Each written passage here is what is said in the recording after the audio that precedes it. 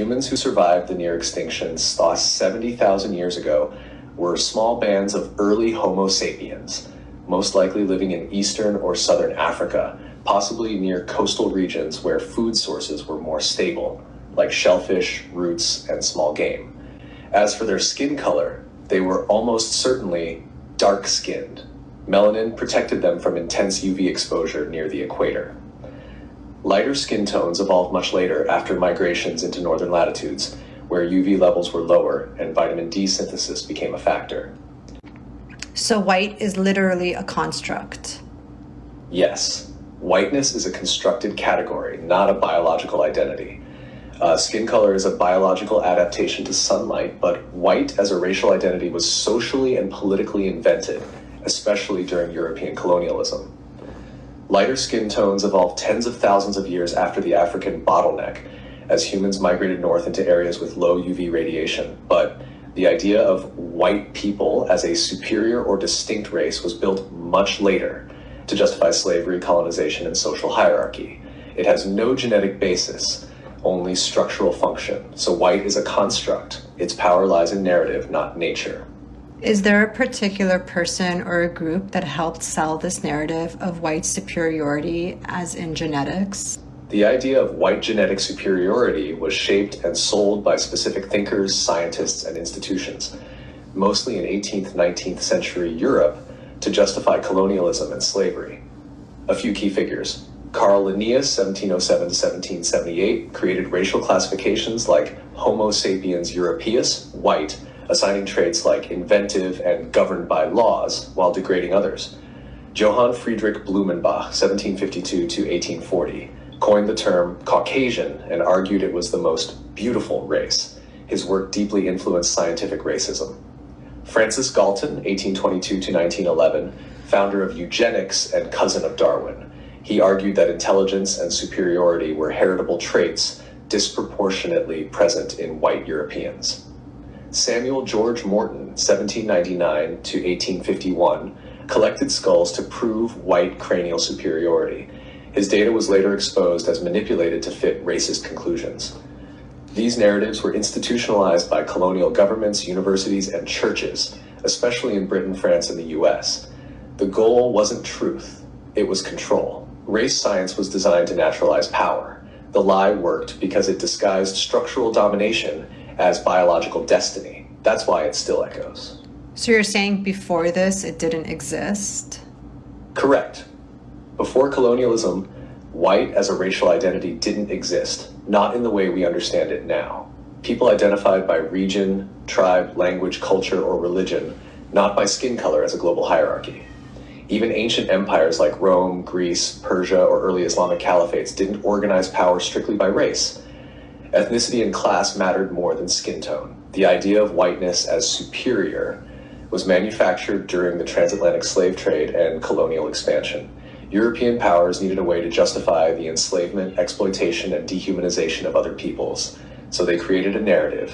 White equals civilized, intelligent, superior. Others equal savage, inferior, subhuman. This was not a discovery. It was an invention, a weaponized fiction made to uphold empire. So when someone calls themselves white, is that even an accurate description of who they are?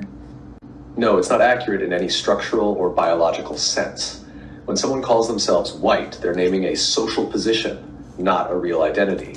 It describes their relationship to power within a system built on racial hierarchy, not their culture, ancestry, or biology.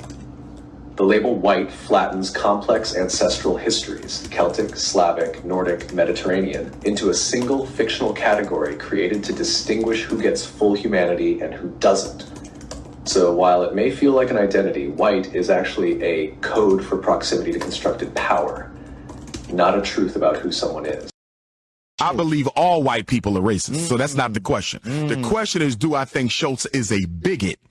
Right? Yes. Racism is what? Complete control and domination for your group of resources, opportunities, and privileges. ROP. That's it. It has nothing to do with how I feel about Loon. It has nothing to do with how I feel about Dr. Umar. You understand? Right. I want white people to have the advantage always when it comes to resources, opportunities, and privileges. It's not personal. It's business. Yes. The business of political economic control and domination. Yes. That's all racism is. Okay. Bigotry is when you bring in that emotional component. Bigotry is when you made it personal. Bigotry is when you say, I not only want white people to dominate the resources, opportunities, and privileges. The reason I want them to dominate is because I think black people are monkeys. I want them to dominate because I think they are inferior. I want them to dominate because I think God invented them to be our slaves. You see that? That's bigotry. Racism ain't personal. Bigotry is. Wow. And let me say this to you. A big reason why I haven't been on these popular white podcasts is because I understand racism and how it operates. No matter what you learn from me, you're not going to change your ways. Right. Because there's no Caucasian on earth that's going to abdicate their white privilege so black people can get a fair opportunity. So for me, it's almost a waste of time to have a conversation about race and racism with white people because you're never going to change. Yes. You do not change racism. You destroy it. You see that? So when I sit back and I get these invitations from these white podcasters, I know what y'all want to talk about. Y'all want the Dr. Umar shock moment, yes, and y'all willing to pay me for it. Yes. That's all right. But at the end of the day, I value my time. And for me to sit down and have conversations about race and racism with people who are never going to stop being racist is a waste of my damn time. That's a fact. I have nothing to prove to Caucasians. Larry in Santa Monica, California. Hey, Larry, what's up? Hey, Tom, how are you? Good. Great. Yeah, I just thought I wanted to bring a little balance to the conversation that we're having about race. I think that we need to make sure that we differentiate between someone who's a racist, someone who is racially bigoted, and someone who is racially insensitive. And I think oftentimes when there is some racial conflict in the country, that we automatically rush to call the white person who is the offender racist. And that just may not always be the case. I grew up in a multiracial family. I grew up in a white community that was about 98% white. And I have biracial nephews, cousins, you name it. Mm-hmm. And certainly, there's still, even though we have blood relations, there are some racial insensitive things that are said. Sure. And that's happened all my life. And I think that it's not, I think that it's more of a cultural conflict in many instances. Not all. Certainly there's racists out there. Certainly there's racial bigots out there. But I think in many instances, it's a cultural conflict which white people are racially insensitive sometimes and many times unconsciously. Right. Growing up as a black kid in an all-white school, my culture growing up was white, period. Yeah. And that's the culture that I was comfortable with. My father grew up in South Central Los Angeles in the 40s and the 50s. And he was the only one of his brothers that pulled himself out of poverty and made it out.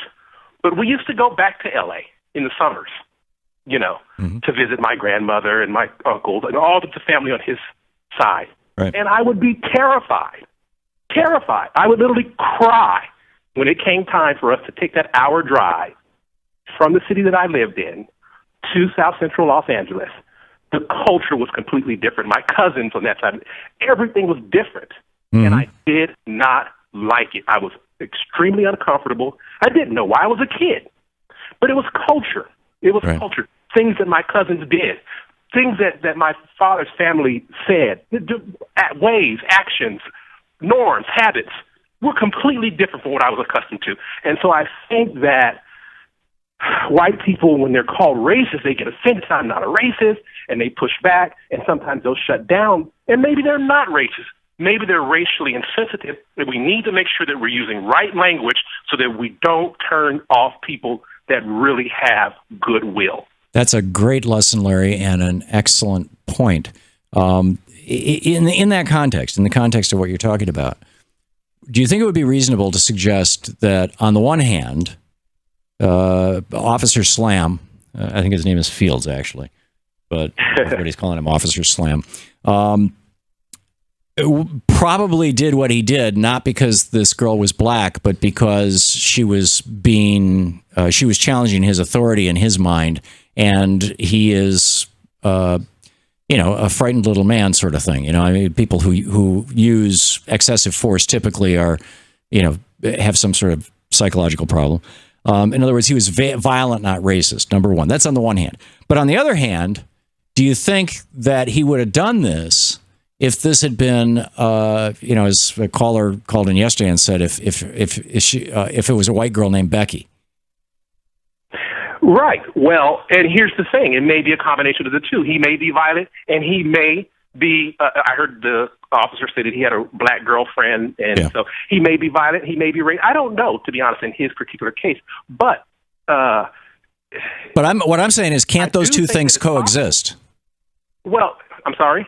What I was saying is, can't those two things coexist? That he was racially insensitive and he was violent. I think that they can coexist. And here's an example. I come from a law enforcement family. My father's a retired police officer. I have an uncle who's a retired FBI agent, other uncles that are retired from military police and from Los Angeles Police Department. Mm-hmm. And so I grew up in that kind of environment. And I listened to them when they would come home and tell their war stories and the things that they would do. And now these are black police officers, black law enforcement officers. And I heard one of your callers yesterday talk a little bit about this. Right. But certainly, black law enforcement officers are also, I think, show, and I'm just, just put it out there. I think that in many instances, and in my experience with black police officers as well, they tend to go overboard and they tend to be very harsh with black people. I would listen to the way my father talked about blacks, my uncles. It's almost a compensation. It was a class issue. It was a class issue at that point. So yes, they were being racially insensitive, even though they were black, but they were doing it for class reasons. Right. And they were being violent as well. I think the same thing can happen with white police officers. I think that a white police officer can genuinely be not a racist. I think that he can genuinely be not racially bigoted. Right.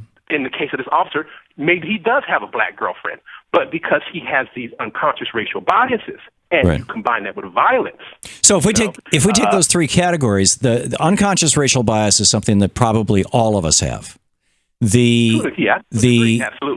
On the other end, racism, being a racist, I don't know if this is an official definition or not, but I read it some years ago in a book about race relations, and it really stuck in my head as being meaningful.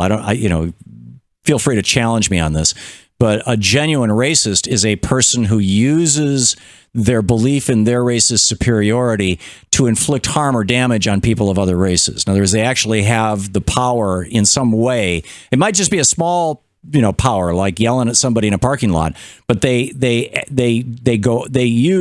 behave in a way that is destructive or harmful to another race intentionally. And then what was that middle category? What were you calling that? Racially bigoted. Racially bigoted. Bigot means to be intolerant. Yeah. I think that if you are, in order to be a racist, you use the example that someone uses power even in a small way to yell at someone in the parking lot. I don't think that applies. I think in order to be a racist, a white racist, you must be a part of the white power structure. Right. People in the Appalachian Mountains, poor whites, they're not a part of the white power structure. They're in the same condition as poor blacks are in any other parts of this country. Right. And so in order to be a racist, you need to be a part of the white racial power structure, A, and B, you need to flex that power and use it. So the yelling in the parking lot is the bigot. The banker who says no, we won't give you a mortgage because that's racist. Okay, got it. That's racist. I agree. And so because of that, we label so many whites, and I think it's simply because we're not specific with our language. Yeah. And it upsets me. I mean, I'm caught in the middle in my the life path that I have, right. and I say, well, all white people are not racist. Certainly, my sister to be personal, married a white man. Right. Who, when, like some families don't work out, theirs didn't, but what's the first thing that comes out of his mouth? The N-word. Yikes. And he has a biracial son, my nephew. And the first, you N-word to my sister. Now, do I think that guy was a racist? I don't think so. But I think that in his anger, he allowed for his racial bigotry. Yeah. To well up. Well, and it's also, in relationships gone south, people tend to try to hit below the belt. They just grab the most powerful word they can come up with. And instead of calling her the B word or the C word, which might happen in a couple of the same race, he called her a racially charged word, probably just because he was PO'd, not. Yeah, that, or he came from a very small 100% white community that he never saw a black person until he saw my sister. I think that may have played a part in it too. Yeah. But, It's interesting stuff. I'm telling you, we have the smartest listeners on earth. Larry, thank you for sharing your story with us and for your perspective. It's brilliant analysis. Thank you very much. It's very considerate of you.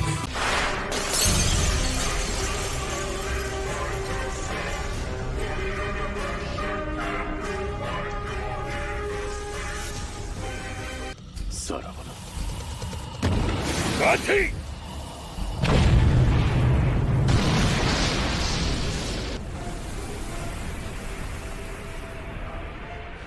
逃したか。